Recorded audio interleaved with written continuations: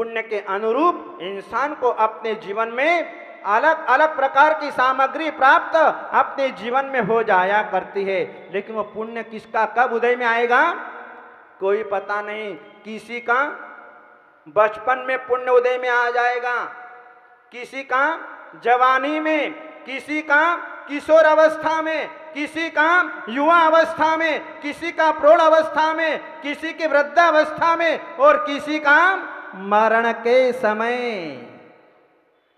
न जाने कब कैसा पुण्य उदय में आएगा कोई पता नहीं। अपने को लगता है कि जो व्यक्ति कभी जीवन में परमात्मा के दर्शन करने के लिए नहीं आया और वह अंत में जाकर के दीक्षा लेकर के समाधि मरण कर लेता है। जो बालक अपनी छोटी उम्र में 8 वर्ष की उम्र में दीक्षा ग्रहण कर लेता है, उसका पुण्य उस 8 वर्ष की उम्र में उदय में आ गया।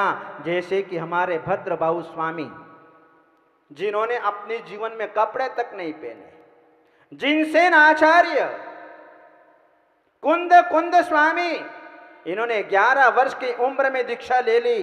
वो रत्नत्रय का पुण्य उनकी उस उम्र में उदय में आ गया और जो है कल्याण का मार्ग प्राप्त कर लिया।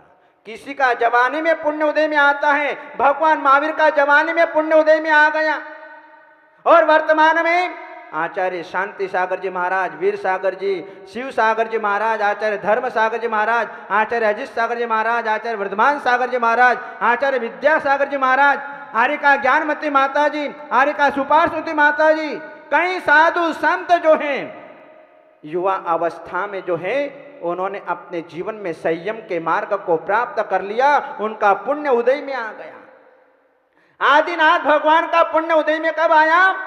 वृद्धावस्था में।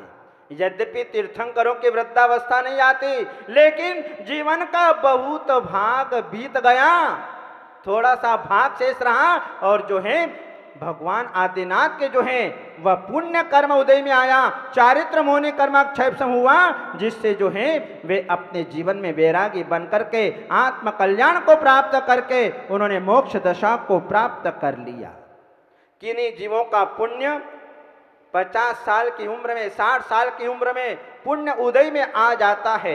इस प्रकार से जो है रत्नत्रय का पुण्य, आज जो हमारे द्वारा जो रत्नत्रय धारियों की सेवा की जाती है वो पुण्य हमारा उदय में जरूर आएगा, क्योंकि निर्ग्रंथ साधुओं की गई सेवा, देव शास्त्र गुरु के क्षेत्र में की गई सेवा वह कभी भी व्यर्थ नहीं जाती है, उसका फल जो है अपने जीवन में जरूर प्राप्त होता है। इसलिए हमें हर्ष द्रग चिद वृत्तादिशालिषु, हमें जो है दर्शन ज्ञान और चारित्र में अपने में भीतर हर्ष भाव धारण करना चाहिए। और गुणवस्सु तपस्वीसु, जो गुणवान हैं और तपस्वी लोग हैं, उन तपस्वी लोगों को देख करके अपने भीतर हर्ष का भाव करना चाहिए। महानुभाव, हम तो तपस्या कर नहीं सकते, लेकिन तपस्या की प्रशंसा, तपस्या की अनुमोदना तो हम जरूर अपने जीवन में कर सकते हैं। क्योंकि जहां हम देखते हैं कि तपस्वी साधु संतों की जहां वैयावृत्ति होती है, जहां उनके अनुकूल व्यवस्थाएं जुटाई जाती हैं, जहां पर उनके तप के गुणों का बखान किया जाता है, जहां उनकी महिमा गाई जाती है, जहां उनका यशोगान किया जाता है, हमें जो है अपने जीवन में भी ऐसी शक्ति प्राप्त हो जाती है कि हम भी जो है एक दिन तपस्वी जरूर बन जाया करते हैं। आज वर्तमान में अनेकों साधु संत हैं जो अपने जीवन में तपस्या करते हैं। इस पंचम काल में भी, इस हीन सौनन में भी आज जो है अनेक साधु संत जो हैं वे तपस्या कर रहे हैं और अपने यहाँ पर भी बड़ी तपस्या। आज मुनिश्री महोत्सव सागर महाराज जी सर्वतोभद्र नाम के व्रत की साधना अपने जीवन में कर रहे हैं। कोई कम तपस्या नहीं है, ये तो दुबड़ी वालों का सौभाग्य है, ये आसाम वासियों का सौभाग्य है। आज दीक्षा लेने के बाद 3 वर्ष से सतत अपने जीवन में तपस्या की साधना कर रहे हैं और बड़े बड़े व्रत की साधना अपने जीवन में कर रहे हैं, जिसमें 75 उपवास और 25 पारणा आज जो है अपने धुबड़ी के अंदर जो है यहाँ पर हो रहा है। मानवभाव, ऐसे तपस्वी साधु संतों को देख करके उनकी वैयावृत्ति करना, उनकी व्यवस्थाएं जुटाना और जो है हमारे भीतर भी ऐसी भावना आए कि हम भी ऐसी तपस्या करें और अपने कर्मों को नष्ट करें, तो तपस्वी जनों को देख करके अपने मन में हर्षित होना। इस प्रकार से जो है ये तपस्या हर कोई नहीं कर सकता। जिनके स्थिर नाम कर्म का उदय होता है वही तपस्या कर सकता है। वात पित्त और कफ जिनके कभी भी कुपित नहीं होते हैं, जिनके हमेशा स्थिर रहते हैं, न घटते हैं न बढ़ते हैं, ऐसे जो हैं वही लोग अपने जीवन में इस तपश्चरण को कर सकते हैं। इस प्रकार से जो है हमें अपने जीवन में इन तपस्वी जनों को देख करके, गुणी जनों को देख करके अपने मन में हर्ष का भाव करना चाहिए। यदि हमसे तपस्या नहीं होती तो हम किसी तपस्वी का उपहास भी नहीं करें। यदि उपहास करते हैं तो हमारे जीवन में नाना प्रकार के कर्म बंद होते हैं और कर्म बंद के कारण नाना प्रकार के कुष्ठ आदि रोगों से हमारा शरीर ग्रसित होता है। इसलिए तपस्वी साधु संत अपने सामने आ जाए तो उनके चरणों में वंदना कर लेना, उनके दर्शन आराधना कर लेना, अपने मन में जो है हर्ष भाव प्रकट करना। आज मेरा सौभाग्य है कि मुझे अपने जीवन के अंदर ऐसे तपस्वी साधु संतों का, ऐसे दर्शन ज्ञान चारित्र से सुशोभित मुमुक्षु आत्माओं का आज मुझे दर्शन हो गया। आज मेरा जीवन धन्य हो गया। महानुभाव, आज जो है तपस्या हमारे साधु संत शरीर से निष्प्रह होकर के करते हैं। आज देख लो अपने सामने कि इस पंचम काल में हीन सौनन में भी आज जो है मुनि श्री प्रसन्न सागर जी महाराज का 22वां उपास है, जहां हमारा शरीर जो है वह अन्न का कीड़ा है। वहां आज उनको 22 दिन हो गए, अभी तक उन्होंने जल ग्रहण तक नहीं किया।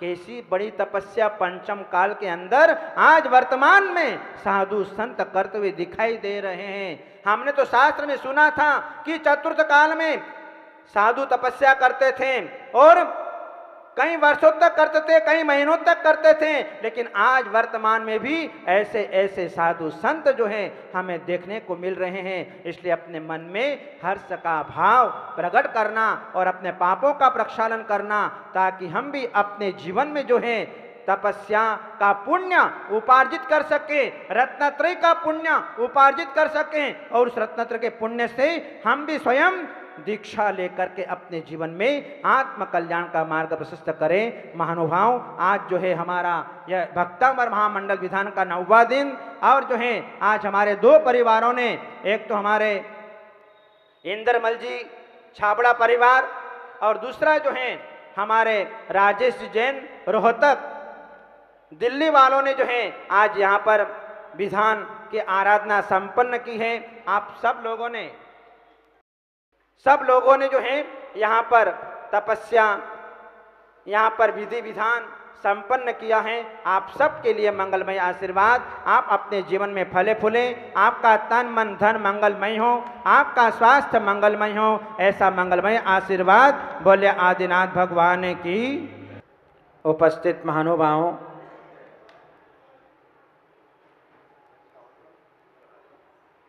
हमारे जैन धर्म का परम पावन ग्रंथ तत्वार्थ सूत्र ग्रंथ है, जिस ग्रंथ की रचना उमा स्वामी आचार्य देव ने की है। उमा स्वामी आचार्य देव ने तत्वार्थ सूत्र के अंदर गागर में सागर समाहित किया है। जो भव्य प्राणी अपने जीवन में तत्वार्थ सूत्र का वाचन करता है, उसका अर्थ बोध करता है, अपने जीवन में वह जैन सिद्धांत के आधे मर्म को समझ लिया करता है। तत्वार्थ सूत्र ग्रंथ हमारा परम उपकारी ग्रंथ है। यद्यपि हमारे जितने भी ग्रंथ हैं, चाहे वह प्रथमानि योग का हो, चाहे करणानि योग का हो, चाहे चरणानि योग का हो, चाहे द्रव्यानि योग का हो, सभी हमारे उपकारी ग्रंथ हैं। लेकिन हमें जैन दर्शन के सिद्धांत को समझने के लिए तत्वार्थ सूत्र ग्रंथ एक बहुत बड़ा माध्यम है। वर्तमान में हमें जितनी भी भौगोलिक अवस्थाएं दिखाई दे रही हैं, जितनी भी प्राकृतिक व्यवस्थाएं दिखाई दे रही हैं, जितने भी 7 तत्व संबंधी हमें जानकारी मिल रही है, हमें अपने जीवन में जो कर्मों की दशा का, कर्मों के आश्रव बंध का वर्णन हमें अपने जीवन में करने को, देखने को, उसके फल का अनुभव अपने जीवन के अंदर मिल रहा है, वह सब बातें हमारे उमा स्वामी आचार्य देव ने इस तत्वार्थ सूत्र ग्रंथ के अंदर गर्भित की है। जहां आज हम देखते हैं वर्तमान के परिप्रेक्ष्य को, उमा स्वामी आचार्य देव ने चतुर्थ अध्याय के अंदर ज्योतिषी देवों का वर्णन करते हुए कहा, ज्योतिष कहा सूर्या चंद्रमसौ ग्रह नक्षत्र पकृणक तारकाश्च। सूत्र नंबर 12 में उमा स्वामी आचार्य देव ने कहा कि हमारे ज्योतिषी देव सूर्य, चंद्रमा, ग्रह, नक्षत्र और तारे, ये हमारे ज्योतिषी देव हैं। ये ज्योतिषी देव इसलिए कहलाते हैं, इनके विमानों में ज्योति होती है, चमक होती है, और इन विमानों में रहने वाले जितने भी देव हैं, उनके भी जो हैं हर प्रकार की ज्योति उनमें दिखाई देती है। उनके वस्त्रों में, उनके मुकुटमालाओं में, उनके शरीर में हर प्रकार की चमक, हर प्रकार की ज्योति दिखाई देती है। इसलिए उनका नाम ज्योतिषी देव पड़ा है। इन ज्योतिषी देवों के कारण हमारे यहाँ पर दिन रात का विभाग हुआ करता है। तत्कृत काल विभागः, उन ज्योतिषी देवों के द्वारा काल का विभाग होता है। जहां काल का विभाग होता है, क्योंकि हमारे यहाँ पर निरंतर काल चक्र का परिवर्तन होता रहता है। उस काल चक्र के परिवर्तन में ज्योतिषी देव निमित्त हुआ करते हैं। ये प्रकृति की व्यवस्थाएं हैं। मानोभाव, हम देखते हैं हमारे जिन शासन में ग्रहों की व्यवस्था है, हम जिस धरती पर निवास कर रहे हैं, वह हमारी धरती चित्रा पृथ्वी है, चित्रा भूमि है। इस चित्रा भूमि से 790 योजन ऊपर जाकर के सबसे पहले ताराओं के विमान आते हैं। जो तारागण हमें रात्रि में आकाश में दिखाई देते हैं, लेकिन उनकी कांति हमारे तक इतनी नहीं पहुंच पाती। इसके बाद में 800 योजन पर जाकर के यहां से, इस मध्य लोक से 800 योजन ऊपर जाकर के सूर्य का विमान आता है।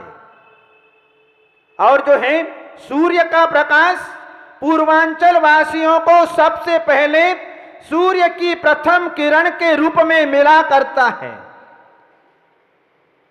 वह 800 योजन पर है और 880 योजन ऊपर जाकर के चंद्रमा का विमान है। चंद्रमा हमें शीतलता प्रदान करता है और वह हमें रात्रि में दिखाई देता है, और कभी कभी तो सवेरे भी हमको देखने को मिलता है। और फिर 900 योजन ऊपर जाकर के शनि का विमान सबसे लास्ट में 900 योजन ऊपर जाकर के शनि का विमान दिखाई देता है। महानुभाव, ग्रहों का प्रभाव हमारे जीवन में आता है। जिस समय इंसान अपने जीवन में जन्म लेता है, जब माता के गर्भ में आता है और माता के गर्भ में आते समय उन ग्रहों का प्रभाव उस जातक के ऊपर पड़ता है, उस संतान के ऊपर पड़ता है। और जिस समय जन्म लेता है उस समय भी जो है उन ग्रहों का प्रभाव पड़ता है। ये बहिरंग कारण है। अंतरंग कारण हमारे पुण्य पाप कर्म और बहिरंग कारण हमारे जो है ये ग्रहों का प्रभाव। इन दोनों के निमित्त से कार्य की सिद्धि हुआ करती है। इन 9 ग्रहों में उत्पन्न कोई जीव चंचल होता है, कोई चोरी करने वाला होता है, कोई बुद्धिहीन होता है, कोई संतानहीन होता है, कोई बुद्धिमान होता है, कोई ज्ञानवान होता है, कोई लक्ष्मीवान होता है, कोई धर्मात्मा होता है, कोई संत बनता है, कोई योगी बनता है। नाना प्रकार के फल प्राणियों के जीवन में उन ग्रहों का प्रभाव पड़ते हुए दिखाई देता है। ग्रहों का प्रभाव ऐसा होता है कि कोई राजमहल में राजा बनता है, कोई भिखारी भीख मांगता है, कोई झोपड़ी में रहने वाला होता है, कोई कोठी बंगले में रहने वाला होता है और कोई करोड़पति, अरबपति, लखपति होता है। यह ग्रहों का प्रभाव उस जीव के ऊपर पड़ा करता है। हमें अपने जीवन में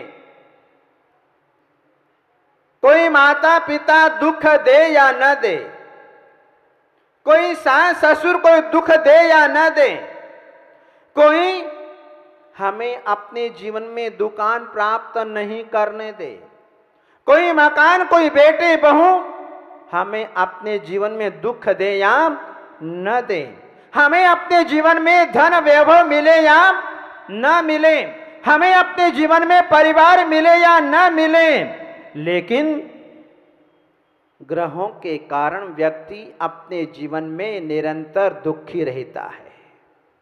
ग्रहों का प्रभाव आता है। आज शनि अमावस्या का दिन है, आप सभी जानते हैं। शनिवार और अमावस्या